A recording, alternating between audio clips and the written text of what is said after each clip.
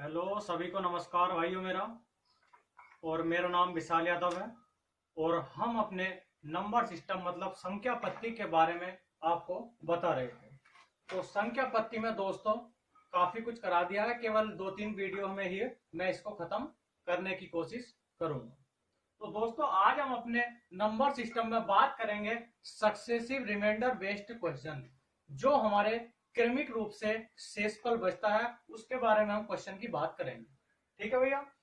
तो successive reminder जो होता है, क्रमिक शेषफल जो होता है, पहले आप समझेंगे कि ये है क्या, उसके बाद इस पर क्वेश्चन करेंगे। और इस पर एक या दो क्वेश्चन, दो भी नहीं तो एक क्वेश्चन जरूर आ जाता है, तो आप इसे समझने की कोशिश करेंगे।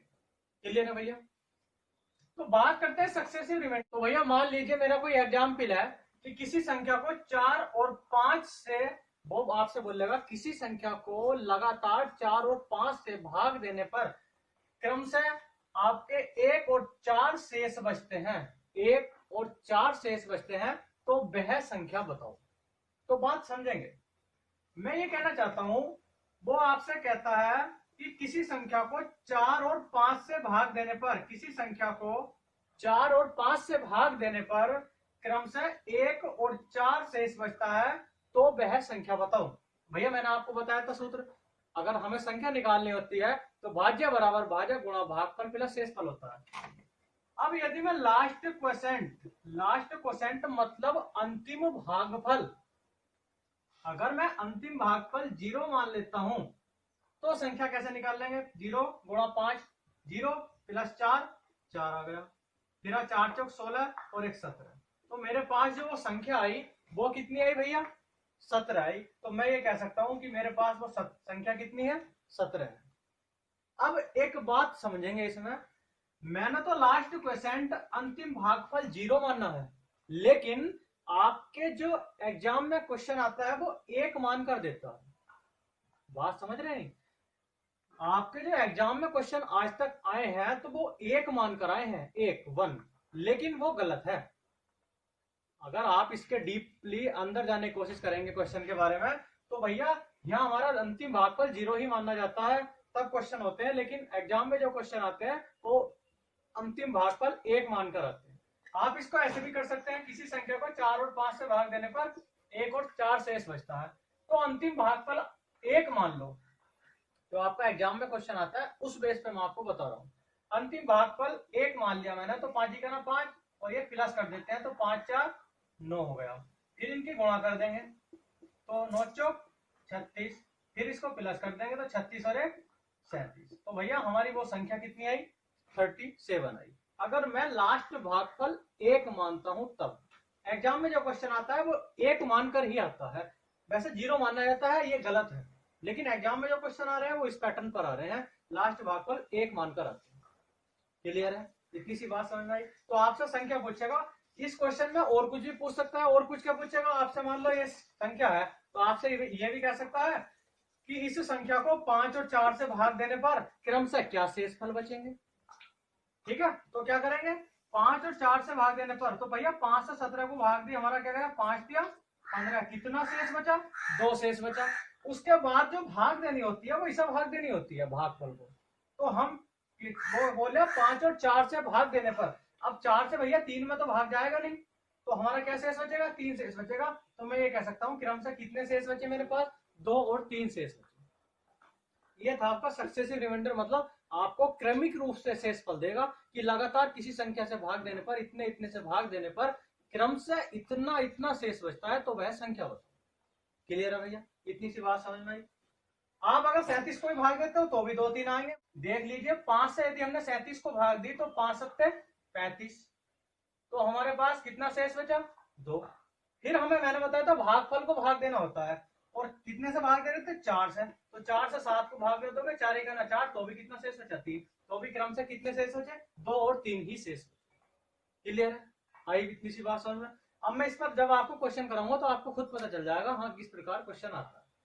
तो भैया आपके सामने पहला क्वेश्चन ये है, क्वेश्चन है मेरा, वह छोटी से छोटी संख्या बताओ। अब आप एक बात और ध्यान रखेंगे, मैं आपको क्वेश्चन तो कराऊंगा ये, इसमें मैं कुछ और एक्स्ट्रा बताऊंगा। ये वाले सिंपल क्वेश्चन तो आपको हर कोचिंग वाला और लगभग सभी कराते हैं, लेकिन इसमें कुछ एक्स्ट्रा बताऊंगा मैं आपको। अभी बताऊंगा, पहले एक क्वेश्चन करवा दो। वह छोटी से छोटी संख्या बताओ जिसको लगातार 7, 5, 3 से भाग देने पर शेषफल क्रम से 3, 3, 2 बचे, या बोल देता हूं सक्सेसिव रिमाइंडर 3, 3, 2 बचे। आप एक बात ध्यान रखेंगे, मैंने बताया है कि जो बुकों में दिया गया है जो वो आपका लास्ट क्वेश्चन अंतिम भागफल 0 मान कर देता है, और जो एग्जामिनर क्वेश्चन में देता है वो लास्ट भागफल 1 मान कर देता है। तो आपको क्वेश्चन करना किस प्रकार है, तो भैया बात समझेंगे। वो कहता है 7, 5, 3 से भाग देने पर 7, 5, 3 से भाग देने पर 3, 3, 2 शेष बचता है। तो हमें वह छोटी से छोटी संख्या बताओ। तो इसको जो सोल्व करने के बाद आती है वो छोटी से छोटी संख्या आती है। तो आपको लास्ट भागफल भैया जो मानना है वो हमें कितना मानना है, लास्ट भागफल 0 मानना। अंतिम भागफल जो मानोगे लास्ट परसेंट वो भैया 0 माना जाता है। तो 0 की 3 में गुणा करी 0 प्लस 2 कितना आया 2, ठीक है। फिर 5 की 2 में गुणा करी 5 दूनी 10 प्लस 3 कितना है भैया 13। फिर 13 सत्ते 91 प्लस 3 कितना होता है 94। मतलब मेरे पास छोटी संख्या वो कौन सी हो गई भैया, जो स्मॉल नंबर है, छोटी से छोटी संख्या है वो मेरी कौन सी हो गई 94, 94 हो गई। आई इतनी सी बात समझ में, इस प्रकार करना है।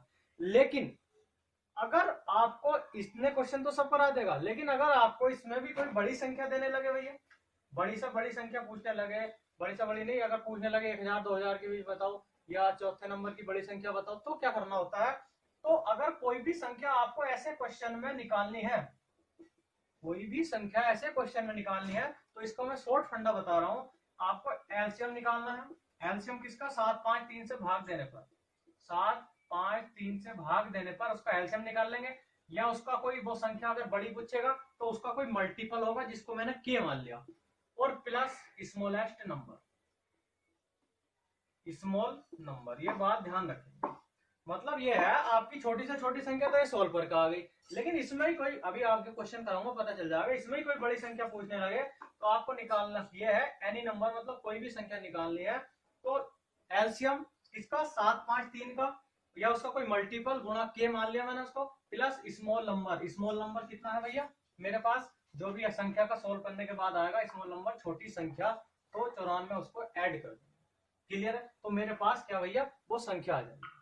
ठीक है, अभी मैं इस पर आपको क्वेश्चन कराऊंगा तो आपको पता चल जाएगा कि हाँ किस प्रकार क्वेश्चन देता है।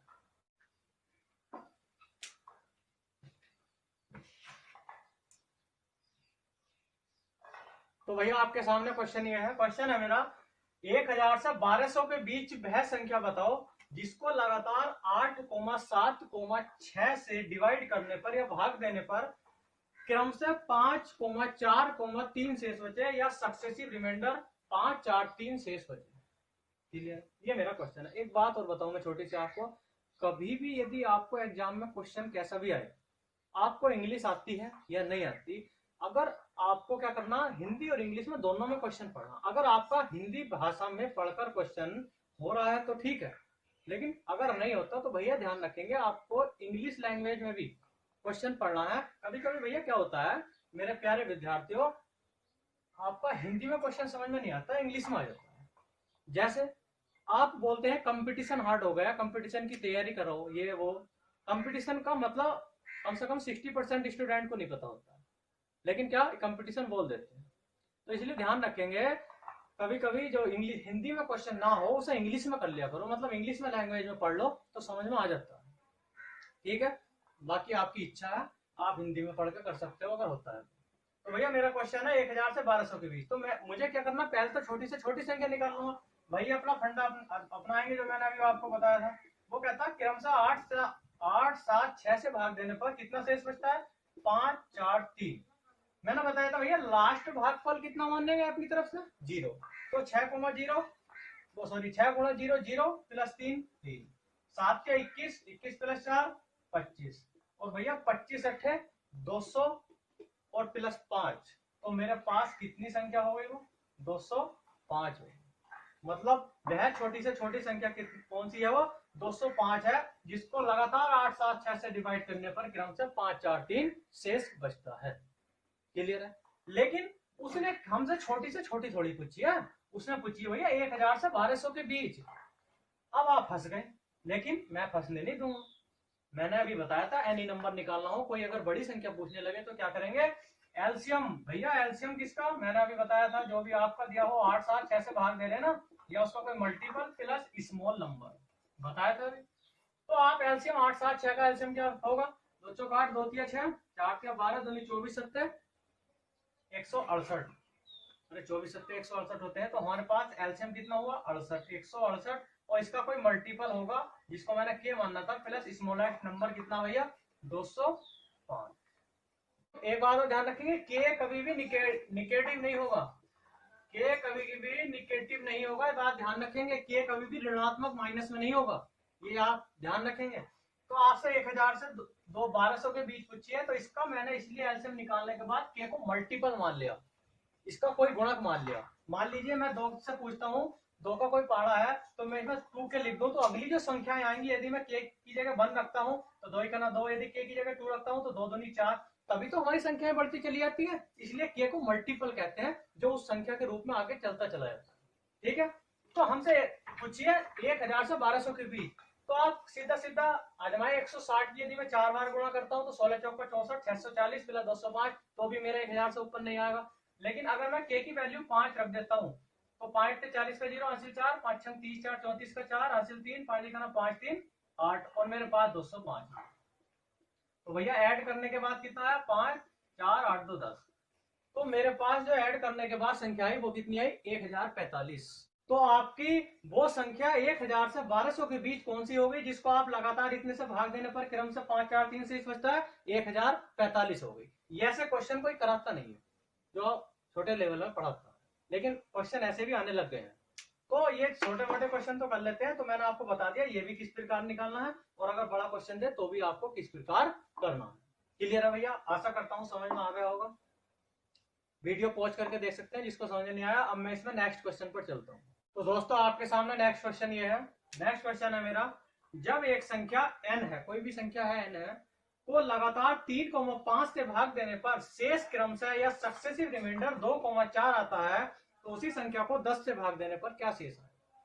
अब आप एक बात समझेंगे पहले तो, मेरे प्यारे भैया, मेरे प्यारे विद्यार्थियों, आप एक बात समझेंगे, जो मैं लास्ट भागफल का सिस्टम बता रहा हूँ, लास्ट भागफल 0 मान के आपको करना है। क्वेश्चन आपका लास्ट भागफल 0 से ही होता है, किताबों में यही दिया गया। लेकिन अगर आपका लास्ट भागफल 0 मानकर क्वेश्चन ना हो, एग्जाम में अगर आ जाए और आपका आंसर नहीं आता है, तो भैया अपनी तरफ से आप लास्ट भागफल 1 मानकर क्वेश्चन कर लेना, क्योंकि इसमें थोड़ा डाउट रहता है। मैं आपको बता दूं नहीं 0 से ही करना है, आपका एग्जाम में क्वेश्चन आ गया आंसर आया नहीं तो आप मुझे दोष दोगे। तो मैं बता रहा हूँ 90% 99% जो क्वेश्चन 0 के इसी होते हैं। लेकिन अगर एग्जामिनर कभी कभी दे देता है 1 का देता है, लास्ट भागफल 1 मान लेता है, तो अगर 0 से क्वेश्चन नहीं होता है तो लास्ट भागफल 1 मानकर आप क्वेश्चन कर लो, उससे आंसर आ जाएगा। क्लियर है, इतनी सी बात समझ में। भैया अगर थोड़ा मेरी वीडियो में ऐसा होता है कि एक आध दिन किसी दिन नहीं अपलोड हो पाती है, किसी दिन मैं रह जाता हूँ अपलोड करने से, वैसा ऐसा हुआ नहीं है, डेली की मैं अपनी एक वीडियो अपलोड करता हूँ। लेकिन बीच में एक आध दिन ऐसा हुआ है कि मेरी वीडियो अपलोड नहीं हुई है, तो आप ध्यान रखेंगे, थोड़ा मेरी तबीयत खराब चल रही है, उस वजह से मेरे चोट लग गई थी थोड़ी शोल्डर में, तो उस वजह से मैं वीडियो बना नहीं पाया था, अपलोड नहीं करी थी। बट कोशिश यही करता हूँ कि डेली आपको एक वीडियो अपलोड करूँ आपके लिए। क्लियर है। और हमारा भैया 2-3 दिन बाद हमारा नंबर सिस्टम भी खत्म हो जाएगा, उसके बाद अपना नेक्स्ट टॉपिक नेक्स्ट चैप्टर करेंगे। क्लियर है। तो एक आध दिन के लिए मैं आपसे क्षमा चाहता हूँ यदि वीडियो अपलोड नहीं होती, तो ऐसा नहीं है बीच में कहीं जाऊंगा, आपका पूरा कोर्स कंप्लीट कराऊंगा और मैक्सिमम टाइप आपको करवाऊंगा। क्लियर है। अब हम अपने क्वेश्चन की बात करते हैं। वह एक संख्या n को लगातार 3,5 से भाग देने पर शेष क्रम से 2 4 आता है। मैंने आपको बताया भैया 3 5 से भाग देने पर कितना शेष आता है, 2 4 शेष आता है। लेकिन मैं तो आपको क्वेश्चन करा रहा हूँ 0 मानकर, बात समझ रहे नहीं। तो लास्ट भागफल 0 है, तो 5 की 0 में गुणा करें, 0 प्लस 4 4, 4 के 12 और 2 14। तो मेरे पास वो संख्या भैया कितनी हो गई, 14 14 हो गई। अरे बात समझ में आई है नहीं आई। लेकिन वो कहता है इसी संख्या को, किसे, इसी संख्या को 10 से भाग देने पर, अगर आप 14 को 10 से भाग दोगे 14 को, तो भैया कितना शेष बचेगा। तो मेरे पास जो शेष आया वो कितना आया, 4 शेष आया। अरे इतनी बात क्लियर है कि नहीं है? तो मेरा क्या आंसर है भैया, 4 शेष बचा, 4 आंसर। लेकिन मैं आपको बताता हूं, अगर भैया इससे अगर आपका एग्जाम में क्वेश्चन नहीं आता है, क्योंकि इसमें डाउट चलता है, होता ऐसी है, तो आप 1 मानकर भी कर सकते हैं। लास्ट भागफल 1 मान लिया तो 5 का ना 5 और 4 9 हो गए, 9 के 27 और 2 29 हो गए। अब 10 से अगर भाग दोगे आप 29 को, तो 10 दूनी 20, तो मेरे पास भैया क्या शेष बचेगा, 9 शेष बचा। तो मेरा क्या आंसर होगा, 9 आंसर होगा। लेकिन मानना इसको ही जाता है 0 को, लेकिन एग्जामिनर पता नहीं इसका क्वेश्चन 1 का क्यों देता है, 1 मानकर। तो इसलिए आपको मैंने दोनों से बता दिया, आप कैसे भी कर सकते हैं। ठीक है भैया, अब नेक्स्ट क्वेश्चन की बात करेंगे। आपके सामने क्वेश्चन ये है, यदि एक संख्या को क्रमिक रूप से 7 4 3 7,4,3 से डिवाइड किया जाता है तो क्रमशः 5,3,2 शेष बचता है। यदि विभाजक का क्रम उल्टा किया जाए, ध्यान देंगे, यदि विभाजक का क्रम उल्टा किया जाए तो क्रमिक शेषफल क्या होगा, बात समझेंगे। अब करना वैसी है भैया, कितने से भाग देता है वो, 7 4 3 से, और शेष कितने बचते हैं क्रम से, 5 3 2। अगर लास्ट भाग पर 0 मानते हैं हम, तो 3 गुणा 0 0 होता है, 0 की आप कहीं भी गुणा करो तो कितना आएगा, 0 ही आएगा। 0 प्लस 2 2 हो गया। फिर 4 दूनी 8 और 5 3 2 बज रहे ना, 4 दूनी 8 और 3 कितने होते हैं, 11, 11 7 77 और 5 कितने होते हैं भैया, 82। तो मेरे पास वो संख्या कितनी आ गई, 82 आ गई। लेकिन वो कहता है यदि विभाजक का क्रम उल्टा किया जाए, ध्यान देंगे बात पर, यदि विभाजक का क्रम उल्टा किया जाए तो शेषफल क्या होगा।